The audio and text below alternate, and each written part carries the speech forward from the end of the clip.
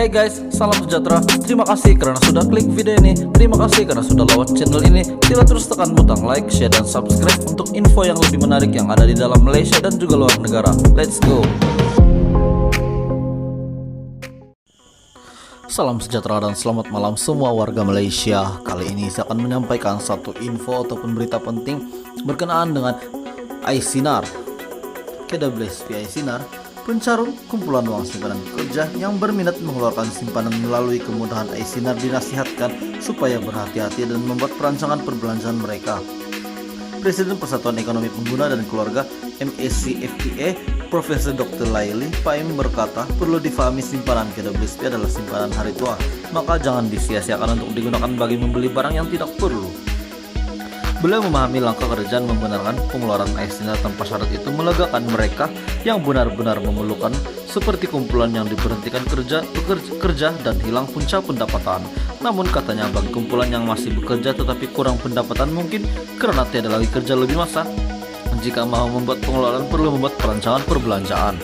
Perlu difahami juga langkah membenarkan pengeluaran tanpa syarat ini supaya rakyat dapat berbelanja untuk merangsang ekonomi, seterusnya dapat memulihkan ekonomi.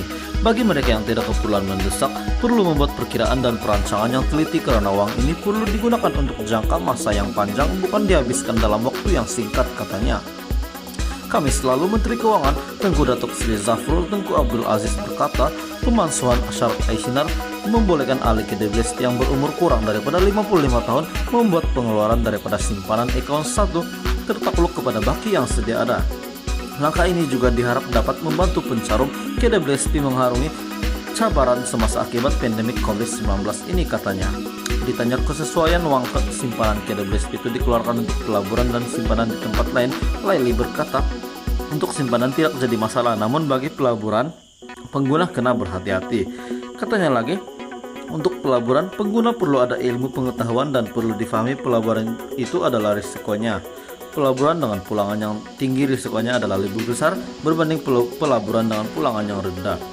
Sementara itu juga Timbalan Dekan Fakulti Ekologi Manusia Universiti Putra Malaysia UPM, Profesor Dr. Muhammad Fazli Sabri berpandangan simpanan di KWSP itu sewajarnya adalah untuk kegunaan di hari tua. Namun dalam situasi semasa ia sangat diperlukan bagi mereka yang ada keperluan mendesak.